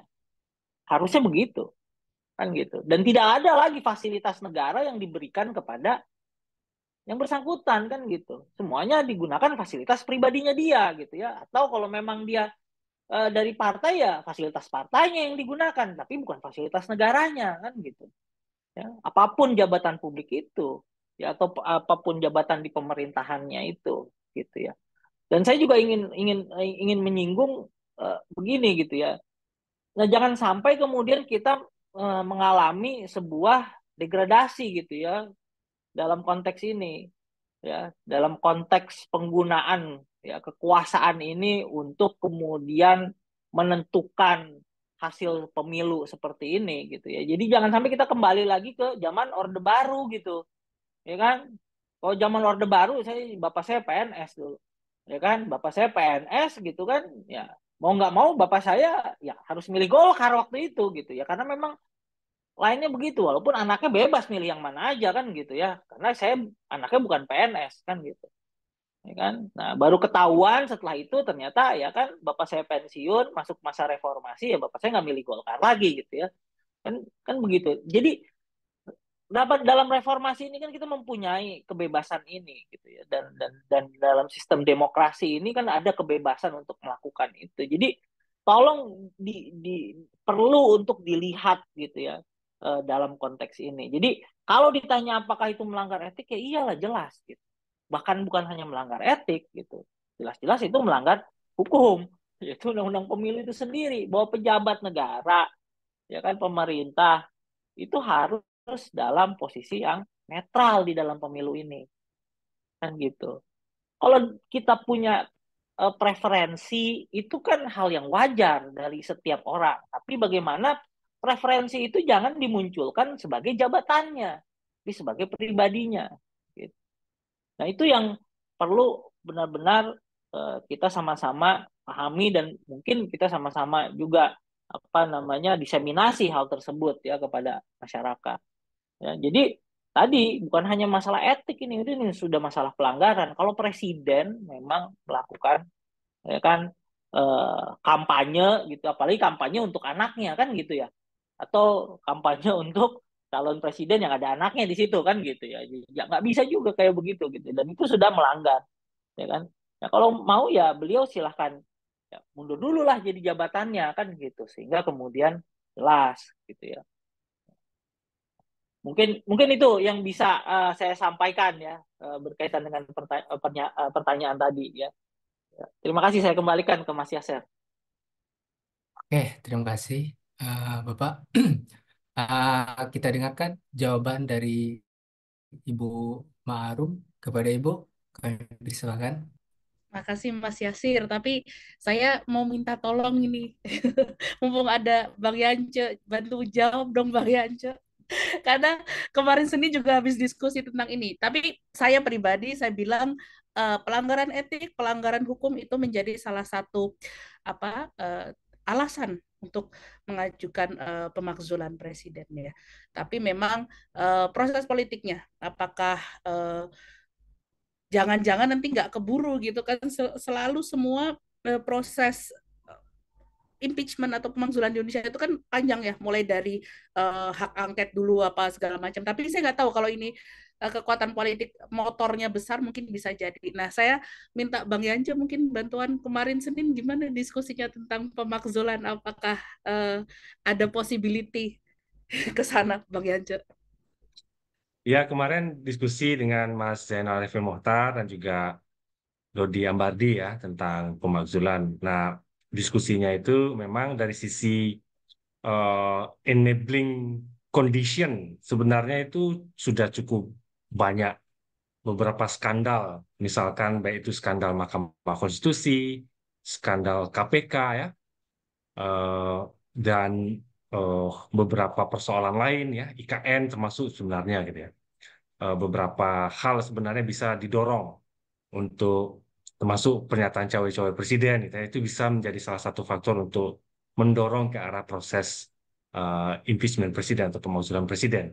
Tetapi uh, impeachment itu bukan saja proses hukum gitu ya, tapi juga proses politik gitu. Nah, dari sisi politik memang kita lihat political conditionnya belum mengarah ke situ, dan sepertinya juga belum tentu akan, karena DPR-nya juga nggak memperkuat fungsi pengawasannya ya, karena mayoritas di DPR juga dikuasai oleh pendukung pemerintah. Tetapi yang jauh lebih menarik sebenarnya ungkapan dari Dodi Ambardi.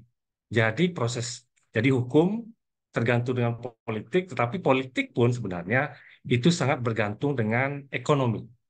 Jadi selama misalkan keresahan-keresahan di masyarakat itu tidak bisa bertransformasi menjadi satu kesadaran baru yang menjadi political move gitu ya, itu nggak akan terjadi. Dan salah satu faktor yang dimainkan oleh pemerintah untuk mengendalikan keresahan-keresahan di dalam di masyarakat adalah lewat bansos. Jadi bansos itu sebenarnya praktek yang sudah bukan baru ya, itu sudah dimulai sejak zaman SBY dan diteruskan praktek itu pada zaman Jokowi, dan itu mendorong approval rate terhadap presiden tinggi. Bahkan ketika kondisi orang masyarakat harus antri minyak goreng gitu ya, karena ada kasus skandal minyak goreng, tapi eh, approving rate terhadap presiden tetap tinggi. Jadi masyarakat pun belum bisa melihat secara kritis bahwa kondisi-kondisi yang mereka hadapi itu sebagai satu proses yang lebih kritikal, lebih analitis, bahwa itu lahir karena proses kebijakan di pemerintah pusat. Jadi ada yang ketidakterhubungan di situ. Dan itu kira-kira diskusinya kemarin, Mbak Arum. Terima kasih Bang Yance. Udah dijawab tadi ya Mas Yasir.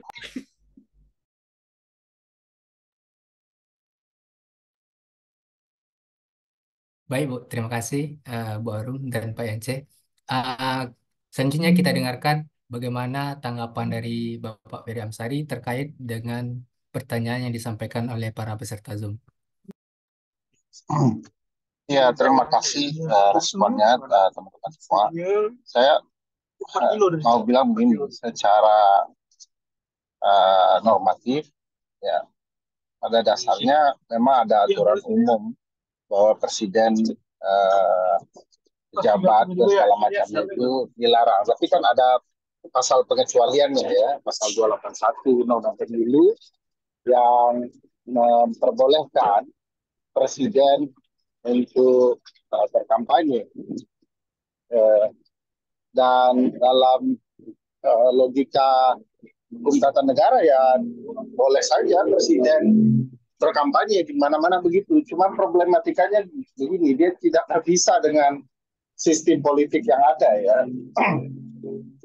Biasa presiden berkampanye mendukung calon presiden. Nah, rata-rata itu calon presidennya pasti dari partai yang sama. Nah, konteks Indonesia itu agak berbeda. Karena bangunan koalisi partai itu berantakan dari awal, dan partai politik tidak memiliki demokrasi internal partai yang layak dalam kandidasi, maka suasana penentuan calon presiden sudah karut-marut ya, berantakan sebenarnya. Dan peristiwa apa yang terjadi dengan Jokowi ini jadi masalah moral dalam berpolitik, membangun partai politik sebagai landasan pengisian pejabat lembaga negara. Misalnya dalam kondisi ini mestinya Presiden Jokowi mendukung calon presiden yang berasal dari partai yang mendukungnya selama 2 periode menjadi calon presiden. Tapi yang aneh, ternyata Presiden Jokowi malah mendukung calon presiden yang bukan berasal dari partainya. Kan bagi saya itu out-outan lah dalam ruang tatanan berpolitik di negara ini gara-gara presiden. Di titik itu menurut saya semangat presiden melakukan dukung-mendukung berkampanye kepada calon presiden tertentu lebih banyak motif konflik kepentingan keluarganya dibandingkan upaya untuk membuat proses berpolitik terus membaik dan nanti pengisian pejabat penyelenggara negara berjalan dengan benar, prosesnya penuh keadaban. Bagi saya yaitu masalahnya presiden menggunakan berbagai kekuasaan yang dia miliki bahkan untuk merusak partainya sendiri kan begitu. Nah, di titik inilah menurut saya kalau dikaitkan dengan cerita yang direspon oleh Mas Hadi, Dr. Arum dan Dr. Yanci tadi, menurut saya ada masalah di luar soal norma belaka. Pasti ada masalah ruang berpolitik yang berkaitan dengan adab berpolitik. Masalahnya political will tidak ada untuk mempermasalahkan presiden lebih jauh. Kalau bangunan yang bisa dipermasalahkan untuk mengimpeach presiden, menggugat presiden cukup banyak. Soal lama tidak lama prosesnya juga political will di MK bisa sebentar kok sidangnya sepanjang memang yang mau dibuktikan tidak rumit gitu ya. Kalau perbuatan tercela menurut saya tidak banyak juga yang harus dibuktikan dan tidak perlu rumit. Tapi political will-nya itu yang tidak ada. Jadi baik di DPR, di MK maupun nanti di MPR. Kecuali situasi yang bisa terjadi seperti yang digambarkan oleh Mas Dodi Ambardi yang disampaikan oleh Mas Yance tadi. Jadi presiden menurut saya itu ada problematika soal kepentingan keluarganya yang sedang dia perjuangkan. Dia tidak peduli nuansa ini akan berkaitan dengan adab berpolitik atau tidak. Kemarin dia menyatakan dia bisa berkampanye itu sedang ada peristiwa proses eh, dia sedang bertugas bersama Menhan gitu ya. Di titik itu saja dia sudah menggunakan fasilitas negara untuk mengumumkan dia akan cawe-cawe dan akan terlibat dalam kampanye. Jadi sebenarnya akan sulit kita akan membedakan Jokowi sebagai seorang presiden dan sebagai tim kampanye dari Pak Prabowo di kemudian hari. Saya responnya begitu, Mas Yance. Mas Yasir. Baik, terima kasih Bapak Ibu. Eh, kita lanjut kepada sesi kedua kepada peserta Zoom yang masih ingin bertanya kepada para pemateri kita. Kita persilakan untuk raise hand. Ada teman-teman peserta yang masih ingin bertanya kepada para narasumber kita? Silakan.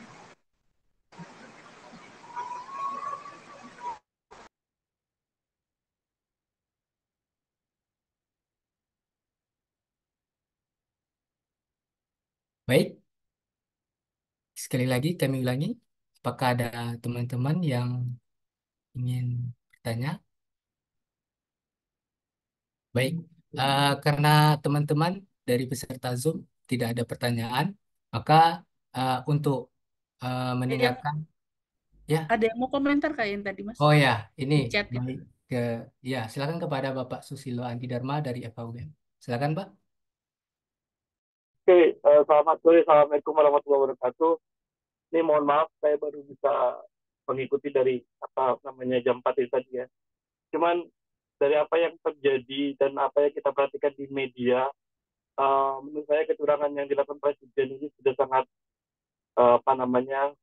terlihat, benar-benar terlihat ya. Dari apa yang disampaikan oleh para pembicara, menurut saya itu sangat normatif sekali. Artinya memang ketentuan peraturan perundang-undangan telah mengatur dan dapat sanksi gitu ya.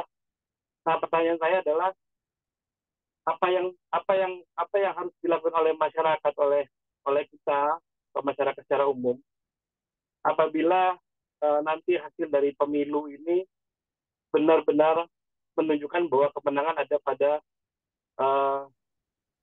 paslon yang didukung oleh presiden. Artinya memang ada upaya yang sangat terstruktur dan sistematis yang untuk memenangkan itu, kemudian memang benar-benar ya hasilnya yang seperti diharapkan presiden, dan kita meyakini bahwa ini ada kecurangan gitu ya. Nah, pertanyaan saya, apa yang bisa dilakukan secara nyata oleh kita sebagai masyarakat terhadap hal ini? Itu mungkin saya minta pendapatnya dari ketiga narasumber. Terima kasih. Assalamualaikum warahmatullahi wabarakatuh.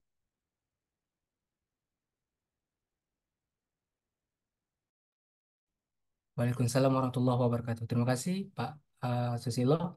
Kita lanjut kepada Mas Zaki Arif. Silakan perkenalkan nama dan asalnya.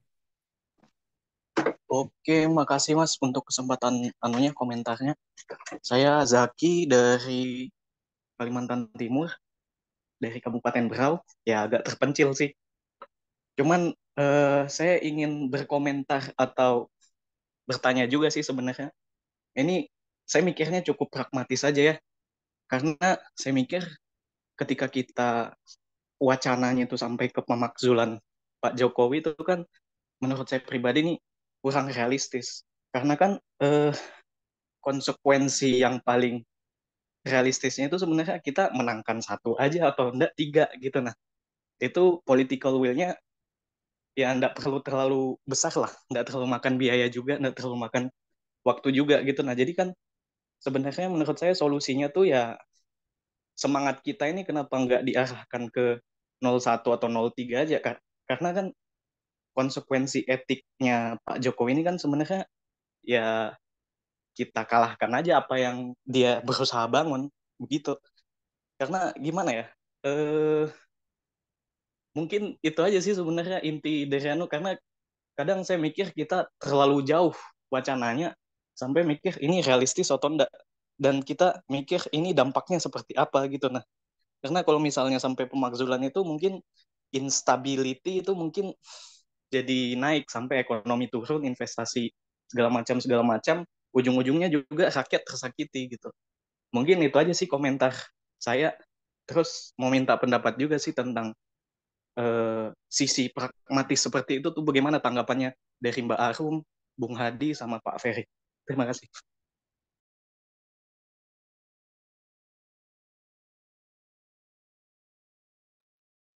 Baik, terima kasih Mas Zaki.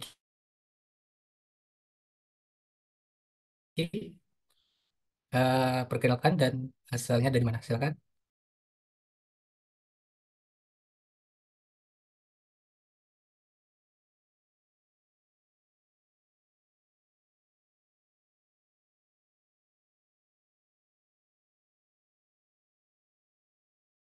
Izin moderator, saya mau bertanya. Boleh?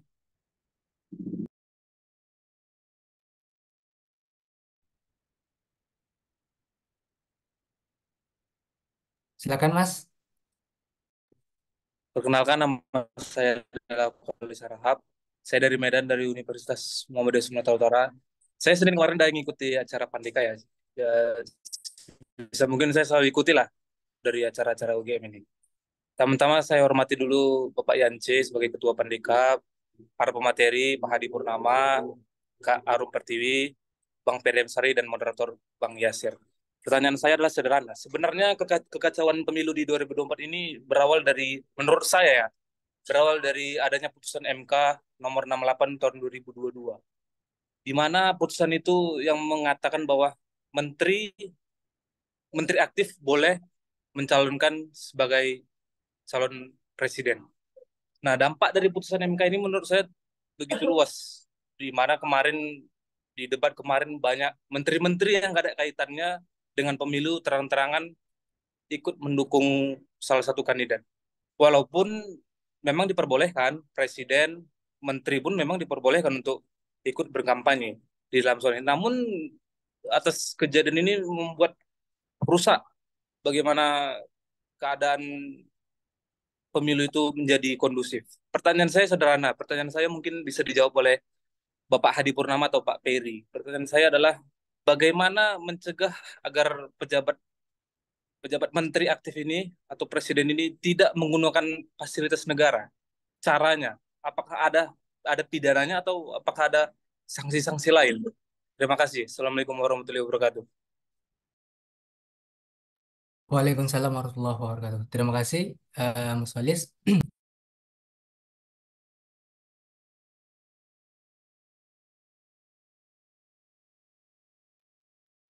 Yasir mute itu. Baik, Ah, baik. Terima kasih, Mas Walis, Ah, terkait pertanyaannya. Dan ada satu lagi, Bapak Ibu narasumber, pertanyaan dari kolom chat, yaitu atas nama Hak, yang mana beliau menanyakan terkait kampanye terhadap salah satu calon yang diindikasikan didukung oleh kelompok teroris dan kelompok intoleransi. Bagaimana tanggapan dari Bapak Ibu narasumber?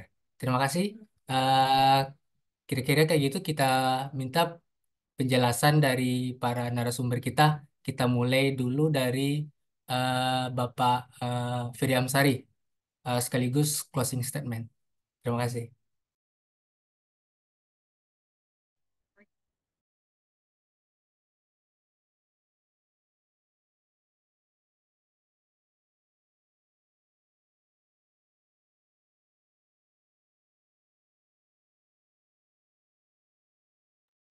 Izin, Pak Ferry Amsari.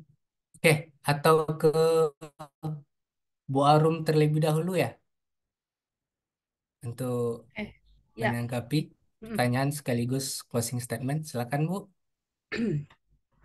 Baik, terima kasih Mas Yasir. Pertama tadi dari Pak Susilo Andi, jadi mungkin tadi agak terlewat waktu saya menyampaikan, tapi setidaknya Bawaslu itu kan membuka peluang kita bisa sebagai masyarakat ya bisa melaporkan ke Bawaslu, dan kalau dirasa itu terlalu formal, mungkin kita bukan pihak yang terkait langsung gitu ya.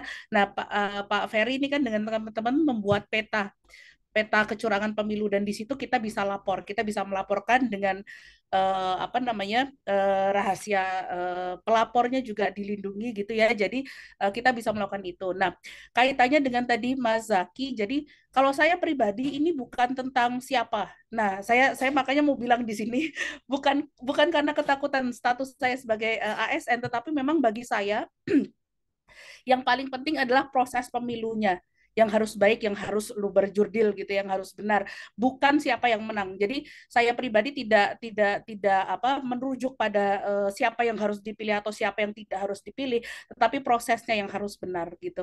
Jadi nah, kaitannya tadi juga dengan pertanyaan Mas Hak ya, kampanye apa, jangan pilih yang didukung siapa gitu ya. Nah, bagi saya eh, kampanye itu kan sebetulnya apa ya, kalau kampanye namanya campaign itu kan sebetulnya kita lebih mempromosikan untuk, bukan mempromosikan tidak gitu.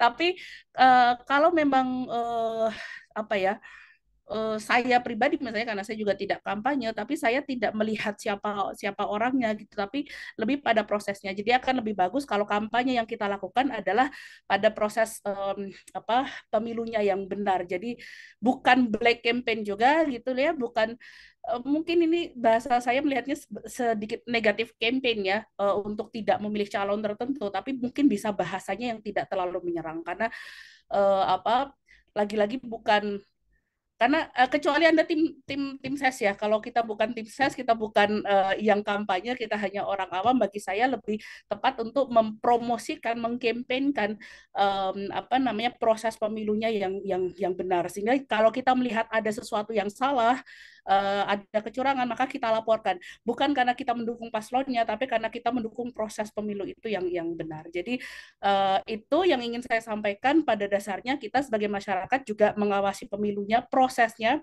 bukan untuk mendukung atau tidak mendukung siapa, tetapi memang kita bisa berpartisipasi juga. Dan sedikit tadi menambahi untuk Mas Andi, Pak Susilo Andi, jadi kalau nanti ada perselisihan tentang hasil di MK misalnya gitu kan, sebetulnya yang dilakukan Mas Ferry dan teman-teman ini kan, meskipun bukan tim sesnya siapa, kita tidak melihat itu, tapi kita bisa membantu untuk menunjukkan bahwa ke MK untuk apa, memperlihatkan pemilu yang seharusnya seperti apa gitu ya. Kita bisa memberikan ini salah satu bukti terjadinya TSM misalnya atau apa. Sekali lagi bukan untuk mendukung paslon siapa atau untuk tidak mendukung paslon tertentu, tapi untuk prosesnya yang pemilu yang lu berjurdil. Itu dari saya, Mas Yasir. Terima kasih. Baik, terima kasih Bu Arum. Ah, kita kembali lagi ke Pak Ferry, dari Pak Ferry Amsari. Silakan Pak, menanggapi closing statement.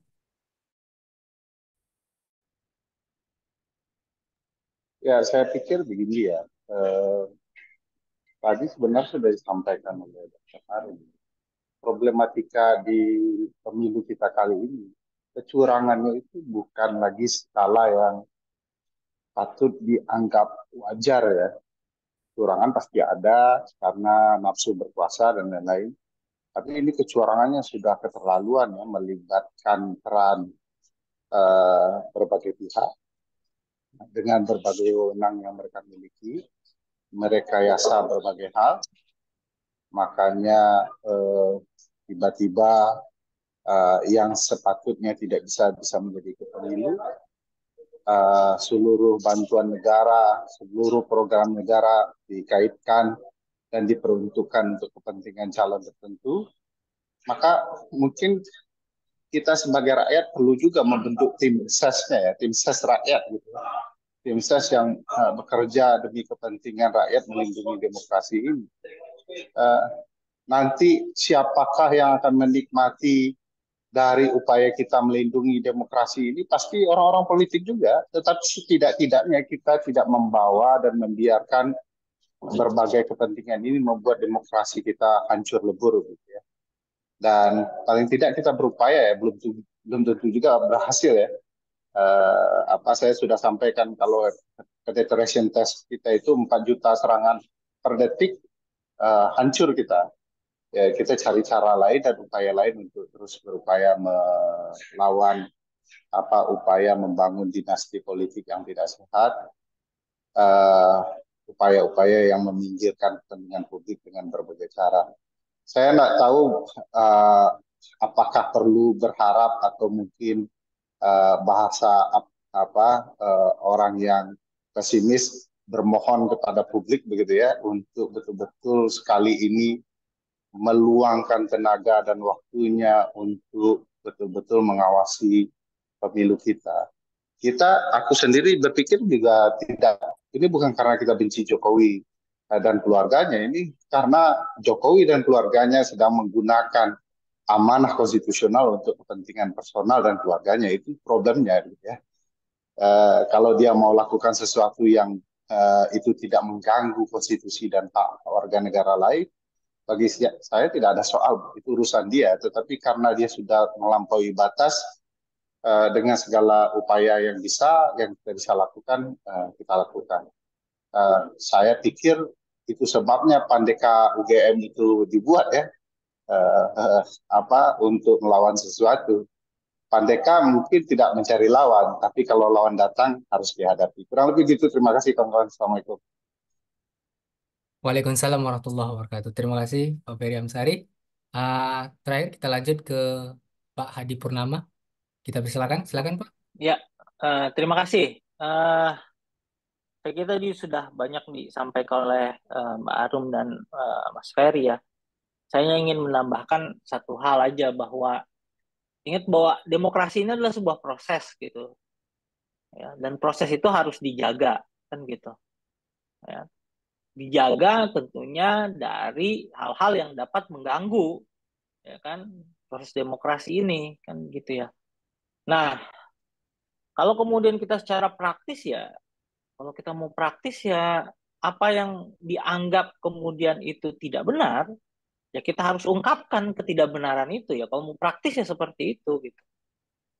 Ya kan? Siapapun kita gitu kan. Jadi yang namanya kita mau berubah ya mereka yang sadar bahwa memang adanya ketidakbenaran itu ya harus diungkapkan. Nah kan website laporkan kecurangan pemilu ini kan salah satu caranya. Jadi laporkanlah apa yang memang itu bentuk kecurangan gitu ya. Tinggal kemudian nanti bisa dibuktikan atau tidak kecurangan itu kan gitu. Nah, ini kan ada sebuah due process of law untuk menentukan itu. Ya. Yang kemudian dalam konteks bagaimana mencegahnya ya, dalam hal mencegah ini kan nggak bisa hanya dengan satu pihak, dua pihak saja. Ini harus sebuah kerja bersama gitu untuk mencegah kecurangan pemilu, ya penyalahgunaan fasilitas dan lain sebagainya. Itu adalah ya kerja bersama gitu. Kalau kita memang tahu bahwa ada kejadian seperti itu ya harus kita laporkan kan gitu. Jangan kemudian ya kita diam ya kan, ya karena siapa, yang menggunakan kan seorang yang memang kita dukung, ya nggak bisa juga kayak begitu ya kan. Dan kita juga harus punya memahami bahwa ini adalah sebuah proses ya. Dan bukan siapa yang akan, ya kalau kita mau mengkritik gitu kan, ya kalau dalam politik yang ada sekarang, kalau mau kita kritik ya banyak yang bisa kita kritik, dari partai politik yang menurut saya juga ya harus dikritik gitu kan. Sekarang itu kan kalau saya lihat misalnya pencalonan presiden lebih kuat kelompok-kelompok pendukung presiden dibandingkan dengan partai politiknya gitu. Itu aja udah ada satu permasalahan sendiri dalam politik kita kalau seperti itu. Ya kan? Nah, banyak hal yang harus diperbaiki, tapi ini adalah sebuah proses kan gitu. Nah, salah satu caranya adalah bagaimana kita bisa ya menjaga proses itu dengan baik kan itu. Ya, dan bagaimana mungkin dari kita nih teman-teman di sini ya harusnya terlibat gitu dalam proses itu, dan kita melibatkan diri untuk dalam proses itu. Ya apakah kemudian ikut jadi panitia itu dalam proses pemilu ini kan gitu ya. Nah, apakah kita kemudian juga ikut serta misalnya dalam juga mengawasi itu gitu dan memastikan bahwa hal itu kecurangan-kecurangan itu ya kan tidak bisa dibiarkan begitu saja. Kalau memang terjadi ya dilaporkan kan gitu. Ya. Jadi itu yang perlu. Jadi bagaimana kemudian kita menjaga proses pemilu ini dengan baik gitu. Jangan sampai kemudian pemilu ini disalahgunakan gitu ya oleh orang-orang yang memang tadi ingin membangun dinasti, ya kan, membangun oligarki gitu ya, ya di dalam sistem politik dan ketatanegaraan Indonesia ini gitu. Itu kan yang diperjuangkan ya kan oleh kawan-kawan ya kan setelah eh, Orde Baru gitu. Reformasi itu kan kita melawan itu, masa kita mau kembali lagi gitu atau kembali kepada satu kondisi yang lebih parah kan, ini jangan lah seperti itu. Kan itu yang perlu kemudian kita jaga ya, bahwa proses ini kebebasan ini, jadi jangan anggap sebuah sistem yang ada itu adalah sesuatu yang taken for granted. Ini sesuatu yang harus kita jaga, kita perjuangkan, bahwa perjuangan itu ya nggak berhenti pada saat kemudian kita bisa memilih presiden langsung, ya kan? Dan kita lihat juga kalau dalam sejarah dunia gitu ya, banyak ya otoriter, pemimpin-pemimpin otoriter itu dipilih melalui sebuah sistem yang demokratis dan dalam pemilu. Dan itu kita harus sadari bahwa sistem yang demokratis pun itu masih mempunyai kelemahan. Maka prosesnya itu harus kemudian tetap kita jaga kan gitu. Dan partisipasi publik yang bermakna itu jangan hanya pada saat pemilu saja. Proses-proses sesudah itu tetap harus kemudian kita jaga. Ya baik kita secara pribadi berkelompok, apakah melalui lembaga penelitian atau LSM gitu ya, dan juga lembaga-lembaga institusi yang lain itu. Jangan tunduk kepada uh, kooptasi yang dilakukan oleh kekuasaan yang memang mengarah kepada sesuatu yang ingin menghilangkan sistem demokrasi ini, dan demokrasi pemilihan umum hanya dijadikan cap aja gitu untuk kemudian seseorang yang memang diinginkan oleh kelompok kecil tertentu, oleh oligarki untuk menjadi pemimpin dari negara ini. Jangan seperti itu gitu ya. Jadi kalau misalnya ada hal-hal yang memang dianggap ya baik itu secara hukum, secara moral, secara etis ya itu tidak sesuai, ya kan, ya hanya ada satu kata, ya lawan lah gitu kan gitu ya. Paling tidak itu menurut saya mengutip Puji Tukul kan gitu ya. Ya, hanya ada satu kata, lawan kan gitu. Lawan itu dalam arti ya dalam berbagai macam cara yang bisa kita lakukan ya, sehingga kemudian pemilu ini bisa menghasilkan yang terbaik ya kan dalam proses ya kan sejarah Republik ini. Ya, mungkin itu yang bisa saya sampaikan. Saya ucapkan terima kasih. Saya kembalikan kepada Mas Yasir.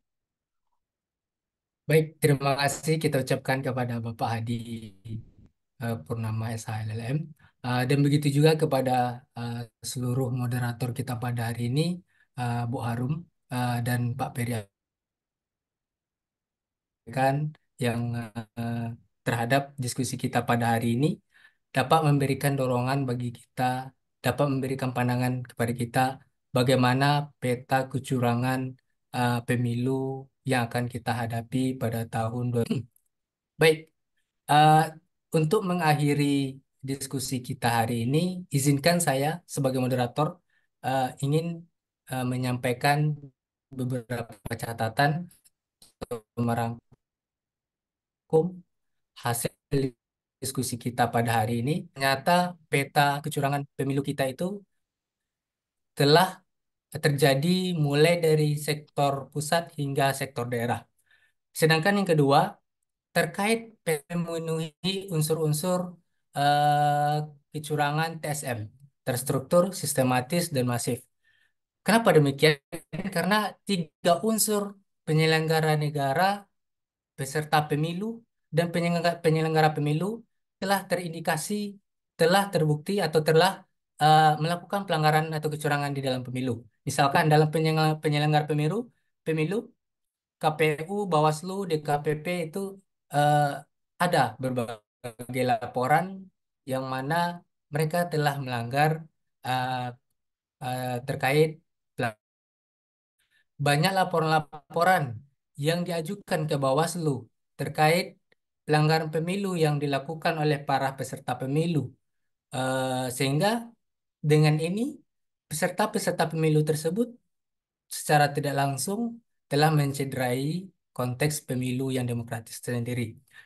Dan yang terakhir, yang sangat berbahaya sekali ialah penyelenggara negara, yang mana ada menteri yang saat ini mencalonkan sebagai presiden, yang mana tidak melepaskan jabatannya. Terus bagaimana pertanyaannya yang dapat kita timbulkan terkait PJ kepala daerah yang ada di Indonesia saat ini yang sangat dominan, dan ini akan memacu terstrukturnya kecurangan-kecurangan TNI dan aparat keamanan yang serta ASN yang perlu dipertanyakan netralitasnya. Dan terakhir, presiden yang mana merupakan orang nomor satu di negara ini mengeluarkan sebuah statement sederhana yang mengakibatkan multitafsir kepada kita bahwa presiden memihak salah satu dari presiden untuk tahun 2024.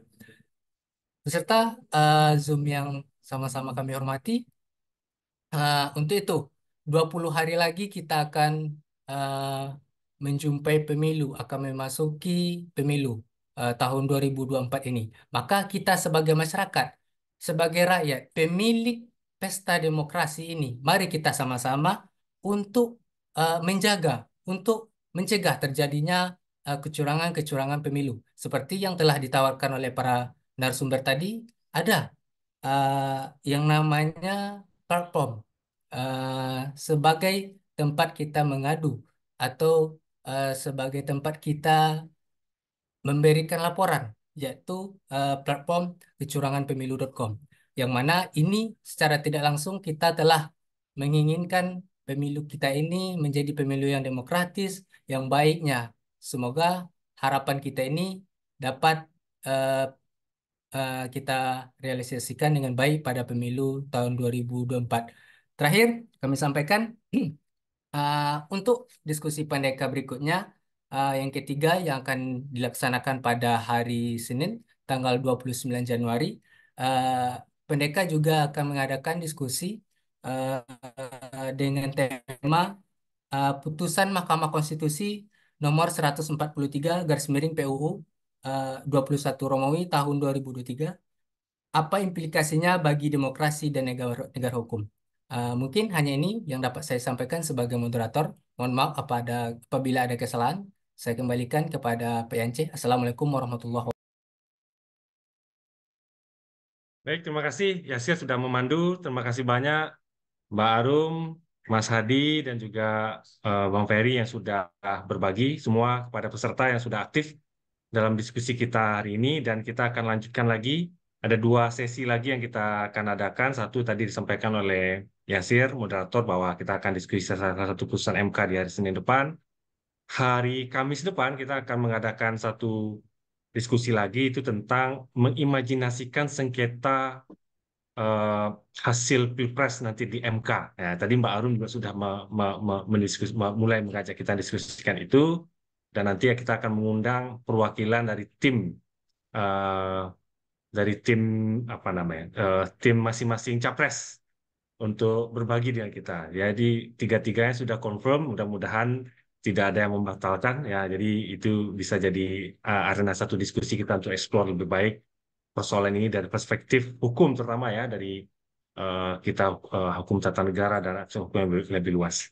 Terima kasih semuanya. Akhiri, Assalamualaikum warahmatullahi wabarakatuh. Waalaikumsalam warahmatullahi wabarakatuh. Makasih Mas Terima kasih Yanja, Mbak Arum, Mas Adi, Mas Ferry. Mbak Arum, semuanya. Mari Ya. semuanya. Sampai ketemu lagi. Terima kasih.